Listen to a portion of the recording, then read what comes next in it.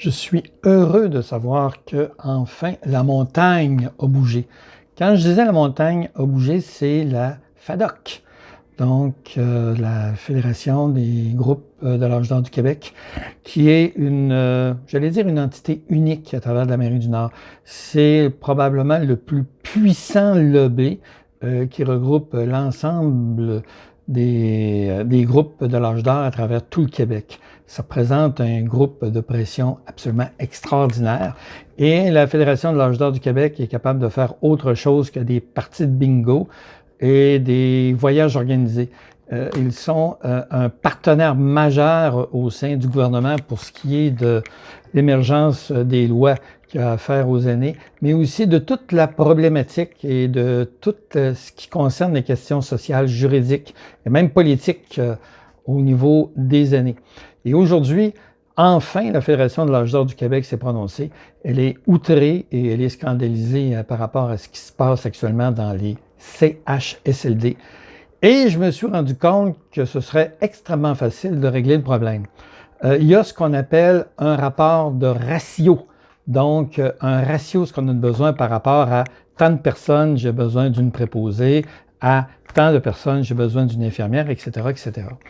Ce ratio n'a jamais été vraiment mis en branle dans aucune des constituantes du ministère de la Santé et des Services sociaux du Québec et pour cause. Si on appliquait le ratio à la lettre, donc on parle à ce moment-là d'un investissement majeur au niveau du gouvernement du Québec de plus ou moins de 1 à 1,2 milliard de dollars. À ce moment-là, il n'y aurait pas de problème de pénurie de préposés ni d'infirmières.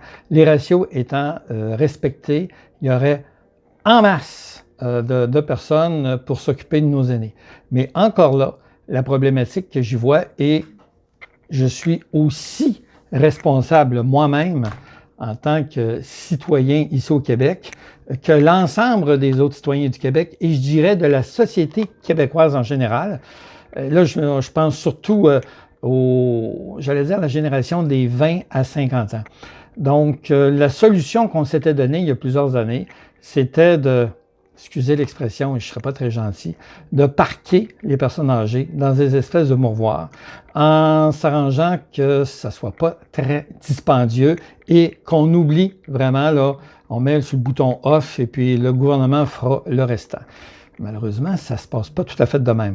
Comme nous sommes actuellement en situation de pénurie de main-d'œuvre, et encore là, comme on voulait, je dis l'ensemble de la société, que ça ne coûte pas cher, bon, on s'est arrangé aussi pour le personnel qui travaille, reçoivent peu ou pas d'argent du tout. Hein. Comme je disais dans un clip précédent, c'est pas normal qu'un préposé aux bénéficiaires ait comme revenu un tarif horaire de entre 13 et 15 $ de l'heure. Tu sais, c'est absolument inacceptable. Or donc, en tant que société, maintenant qu'il y a une vocation politique et maintenant que la CAQ s'est avancée pour améliorer l'ensemble des traitements que les aînés puissent recevoir du gouvernement, qu'est-ce qu'on fait? La question à, j'allais dire, 1 milliard de dollars. Est-ce que vous êtes prêts? Moi, en tout cas, je le suis. Est-ce que vous êtes prêts au niveau de l'impôt, hein, n'est-ce pas, de payer genre 75 à 100 $ de plus pour l'impôt provincial pour permettre que le gouvernement québécois puisse aller chercher ce milliard et plus pour améliorer la situation des aînés. Et si vous me dites « Ah, le gouvernement, il y a de l'argent, il n'y a pas de problème, il y a juste à couper des services ici, c'est ça. » Non, le gouvernement n'a pas d'argent. Il faut savoir que si vous voulez rationaliser l'appareil gouvernemental, il faut couper à quelque part. Moi, je dis souvent aux gens, pas de problème, on peut couper, mais on coupe où? Hein? Pour les gens qui disent « Ah, il y a trop, on paye trop, il y a trop d'impôts. » Donc, c'est se donner ce consensus social-là. Donc, au niveau des aînés, qu'est-ce qu'on fait? Est-ce qu'on est prêt à investir de sa poche un 75 à 125 $ de plus par année hein, en impôts pour permettre à nos aînés qu'ils soient plus confortables? C'est une question à savoir. Le gouvernement Legault le sait très bien où est-ce qu'il va avec ça.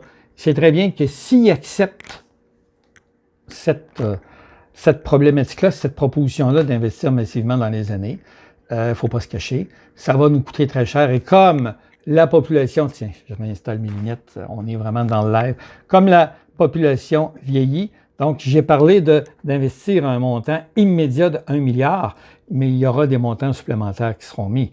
Donc, c'est de vraiment choisir qu'est-ce qu'on veut comme société, comment est-ce qu'on veut reconnaître nos aînés, et comment est-ce qu'on veut vraiment les installer. Est-ce qu'on veut faire un peu à la mère Teresa, se retrouver dans des espèces de mouroirs à Calcutta? Je paraphrase à peine lorsque je regarde les conditions sanitaires qu'on retrouve dans certains CHSLD. C'est absolument scandaleux et on peut se penser dans un pays en voie de développement. C'est pour ça que je faisais la comparaison avec les mouroirs de Sœur Teresa à Calcutta. On en est presque là. Alors, est-ce que c'est ça qu'on veut?